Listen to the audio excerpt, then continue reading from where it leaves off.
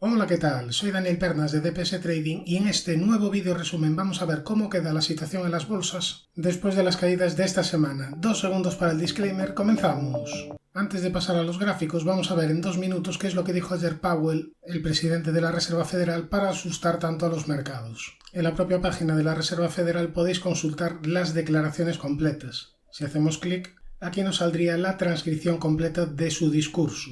Yo no me he complicado, Google Translate, y aquí tenemos el texto en español. He marcado en amarillo las frases que me parecían más interesantes, así que vamos a empezar. Bien, el enfoque general en este momento es reducir la inflación a nuestra meta del 2%. Restaurar la estabilidad de precios llevará algún tiempo y requiere el uso enérgico de nuestras herramientas para lograr un mejor equilibrio entre la oferta y la demanda. Si bien las tasas de interés más altas, el crecimiento más lento y las condiciones del mercado laboral más suaves reducirán la inflación, también traerán algunos problemas a los hogares y a las empresas. Estos son los costos desafortunados de reducir la inflación, pero el hecho de no restaurar la estabilidad de precios significaría un dolor mucho mayor. Como ves, hasta ahora nada nuevo. A continuación paso a comentar el dato de julio diciendo: si bien las lecturas de inflación más bajas para julio son bienvenidas, la mejora de un solo mes está muy por debajo de lo que el comité necesitará ver antes de que estemos seguros de que la inflación esté bajando. Es decir, el dato de julio es bueno, pero insuficiente. Después comenta que el aumento de julio fue el segundo aumento de 75 puntos básicos y que otro aumento inusualmente grande podría ser apropiado en la próxima reunión. La decisión en la reunión de septiembre dependerá de la totalidad de los datos entrantes y evolución de las perspectivas. Ya más adelante, a medida que la postura de la política monetaria se endurezca aún más, probablemente será apropiado reducir el ritmo de los aumentos. Lo de bajar tipos de interés queda bastante alejado. Restaurar la estabilidad de precios probablemente requerirá mantener una política restrictiva durante algún tiempo, y aquí hace referencia a que los registros históricos advierten fuertemente contra la relajación prematura de la política. Por último, nos comenta 3 lecciones que han aprendido tanto de la alta inflación de los años 70 y 80 como de la inflación baja y estable del último cuarto de siglo. Primera lección, que los bancos centrales deben asumir la responsabilidad de lograr una inflación baja y estable. La responsabilidad de ofrecer estabilidad de precios es incondicional. La segunda lección es que las expectativas del público sobre la inflación futura pueden desempeñar un papel importante en el establecimiento de la trayectoria de la inflación a lo largo del tiempo. Citó al expresidente Paul Volcker, que afirmaba que la inflación se alimenta en parte de sí misma, por lo que parte del trabajo debe ser romper el control de las expectativas inflacionarias. Cuanto más tiempo continúe el periodo de alta inflación, mayor será la posibilidad de que las expectativas de una inflación más alta se afiancen. Por tanto, concluye con una tercera lección, y es que se debe continuar hasta que el trabajo esté terminado. En resumen, para mí no ha dicho nada nuevo. Viendo los titulares de periódicos, pareciera como que el presidente de la Reserva Federal se volviese absolutamente loco y que con sus declaraciones hundieron al mercado, pero bajo mi punto de vista, poco nuevo ha dicho. No sé si recuerdas vídeos anteriores donde Powell comentaba que la prioridad absoluta era la inflación y que hasta que estuviese controlada no iban a parar. Es decir, no es que se pusiese ahora el traje de Superman y pasase de paloma a halcón en menos de un segundo. Ya era antes halcón, y estas declaraciones vienen a comentar un poco lo mismo. Bien, ¿cómo reaccionó el mercado? Vamos a verlo. Bueno, Nasdaq 100 con caídas, perdiendo la importante zona pivote entre los 12.900 y 13.100 puntos, esta zona sombreada amarilla. A partir de ahí se aceleró la corrección. Ahora estaríamos cerca de una primera zona de posible soporte, la doble directriz que une mínimos, y después ya tendríamos los 12.058. Si nos vamos a un diario, bueno, aquí no le hagas mucho caso a esta vela, porque obviamente el Nasdaq abrió prácticamente en máximos el viernes y cerró en mínimos, por tanto esta vela no tiene sentido. Tendría que ser una vela negra. Bueno, ya la dejo aquí, lo voy a dejar aquí pintado. Les he mandado un email a Visual Chart a ver si el problema es de ellos a la hora de graficar o si he tocado algo, que también puede ser posible. Yo creo que no, pero a ver qué me contestan. Bien, por tanto la reacción del Nasdaq claramente fue una reacción bajista, pero es inesperada. Yo creo que no, es decir, si veis el vídeo de la semana pasada, te comentaba que índices americanos habían mejorado tras superar este último máximo, pero que ahora lo importante es que la media consiga girarse al alza. De momento está bajando y los índices van a tener que pelear duro para que sea capaz de girarse. Si nos vamos al SP500, bueno, tenemos el mismo problema de la vela del viernes, pero lo vamos a arreglar igual. Aquí tenemos la vela del viernes. Y un poco la situación es igual que la del Nasdaq. Se superó el máximo anterior y ahora está luchando con la media. De momento no ha podido con ella y como soportes tendríamos el primero en esta zona de los 4000. En caso de traspasar esta zona, yo estaría atento a la directriz que une mínimos. Dow Jones, situación paralela a la de los otros índices americanos. Por cierto, perdón por la voz, pero aquí seguimos dando caña. Si valoras el esfuerzo y te gustan estos vídeos, ¿a qué esperas? Suscríbete si no estás suscrito. Cada vez somos más, así que a ver si llegamos a 10.000 antes de que acabe el año. Continuamos. Bien, pues Dow Jones, igual que Nasdaq y S&P, superó el último máximo y la clave va a estar si la media de 200 es capaz de girarse.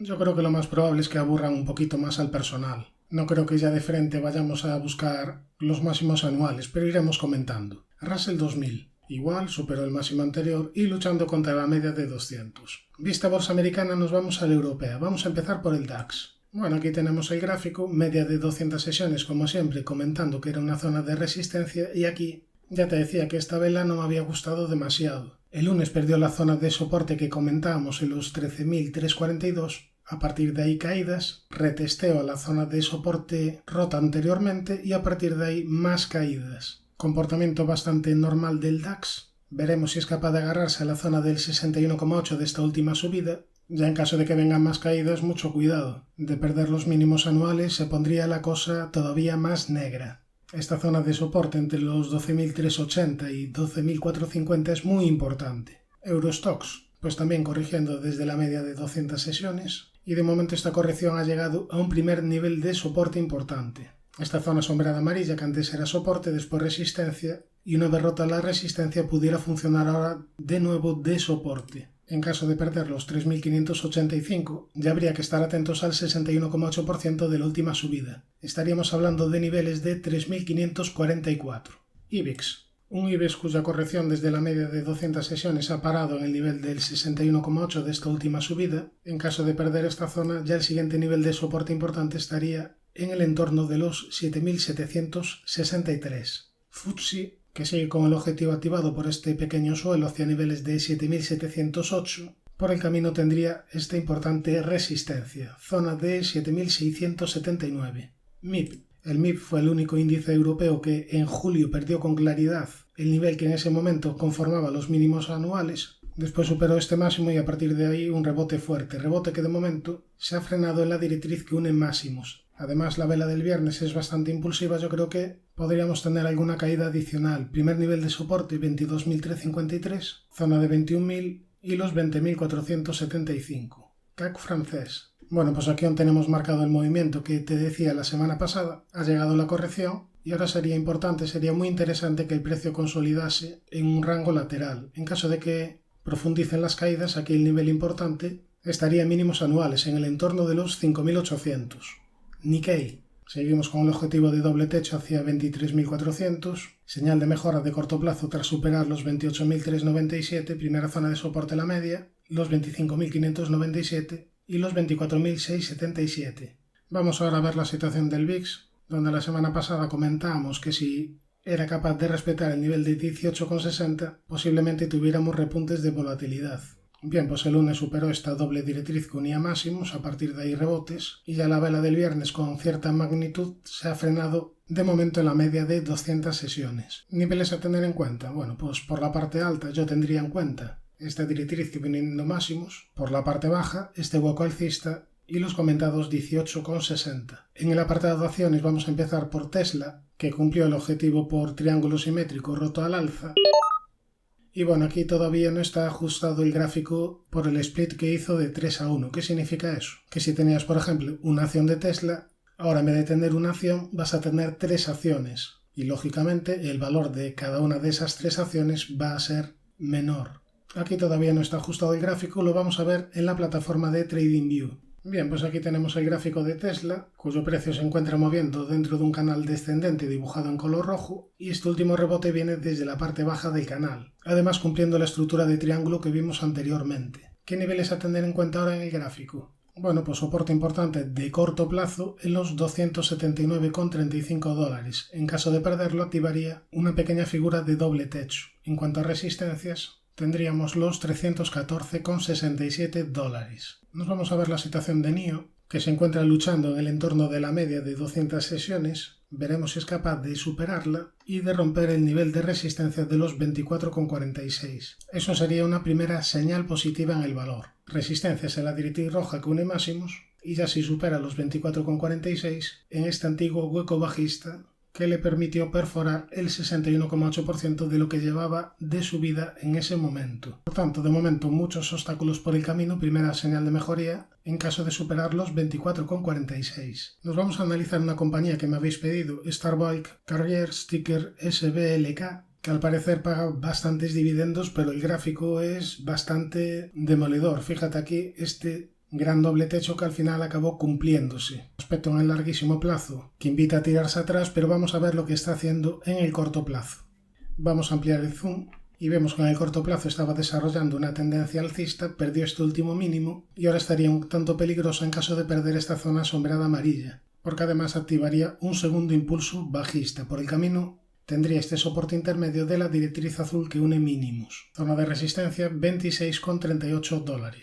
Siguiente acción, Plug Power, que quien me hizo la consulta la compró bastante bien a niveles de $14,80, por lo que prácticamente estaría duplicando su inversión. Ahora tiene aquí una zona de resistencia muy importante, niveles de 32,05. En cuanto a zona de soporte tendríamos los 25,30, porque en caso de perderlo activaría divergencia bajista y se pondría ya más peligrosa en el corto plazo. En el caso de no estar dentro, pues en caso de que vengan correcciones y después se rompa esta importante zona de resistencia, activaría hombro, cabeza, hombro invertido. Esto es ciencia ficción, no me gusta jugar a adivino, pero en caso de que se dé este escenario, sería interesante vigilar compras. Mientras tanto, yo tendría precaución porque realmente no ha roto ninguna zona de resistencia importante y podría perjudicarse si pierde los 25,30. Nos vamos a otra petición, EAN Holdings. Aquí tenemos el gráfico terrible tras esta gran vela que hace tiempo ya decíamos que no podía augurar algo bueno y a partir de ahí lo que hizo fue caer y caer rompiendo todos los soportes que tenía marcados en el gráfico. De momento la media baja tiene primera zona de resistencia esta directriz que une máximos, primera zona de soporte los 6,52. Nos vamos a otra petición, en este caso lo voy a analizar en TradingView porque también en Visual Chart no se me actualiza bien este gráfico. Estaríamos hablando de Hi-Rate Holdings Corporation, ticker HRT. Bueno, pues no tenemos mucho histórico de esta compañía. Lo único que podemos decir es que está próxima a un primer nivel de resistencia importante esta directriz. Y en cuanto a soportes tendríamos la media y la directriz que une mínimos. Nos vamos ahora a ver dos acciones europeas. Vamos a empezar por Euronext, la compañía que gestiona una gran parte de bolsas europeas. Se trata de una acción que de momento ha detenido las caídas en el entorno del 61,8 de la última subida. Dio una pequeña señal positiva tras superar esta directriz azul y ahora se encuentra luchando contra la media de 200 sesiones. Primera zona de soporte, los 73,64 y después ya esta zona entre 67,60 y 67 euros. Si la vemos en gráfico semanal, aquí vemos una acción que ha tenido un buen comportamiento y que ahora probablemente tenga un movimiento un tanto lateral. Sería positivo para la acción que se estabilizase y después rompiese resistencias para seguir creciendo. Nos vamos ahora a ver la situación de Adidas, que ha cerrado ya el hueco alcista de marzo de 2017 y en lo quedaría abierto el hueco de febrero de ese mismo año. De momento poco ha cambiado, tendencia bajista, y mientras la media baje y mientras no rompa alguna resistencia importante, habría que estar fuera de este valor. Primera zona de resistencia los 179,48 euros. Nos vamos a divisas, empezando por el euro-dólar. Vemos que sigue débil. Este pequeño rebote se murió en la zona de resistencia comentada y a partir de ahí caídas. Para medio largo plazo, mientras no supere esta directriz roja y mientras no supere la comentada zona de los 1.0350 a 1.0375 no hay nada que hacer. La media baja, máximos y mínimos decrecientes, por lo que mientras no se gire, manda los cortos en el medio largo plazo. En el corto plazo, gráfico horario, vemos que tuvo un pequeño rebote haciendo mínimos y máximos crecientes y el primer nivel de soporte estaría en los 0,99,46. Respecto al índice dólar, de momento se ha frenado en esta zona de 109,19 y tendría como primer nivel de soporte los 107,48. Respecto al oro, poca novedad. De momento ha respetado el nivel de 1679. Por el lado de las resistencias tendríamos los 1826, la media de 200 y los 1882. Donde sí hay novedades es en el petróleo Brent, ya que ha superado esta importante zona de resistencia, zona sombreada amarilla, en el entorno de los 100,37. En el corto plazo dio una señal de debilidad tras perder los 99,11, pero se apoyó muy bien en la media de 200. A partir de ahí subidas, primer nivel de resistencia los 101,23, los 102,46 y ya para medio plazo los 107,51. Suscríbete al canal si te ha gustado este vídeo y no te olvides de activar la campana para no perderte ningún contenido. Un saludo, mucha precaución y buenas inversiones.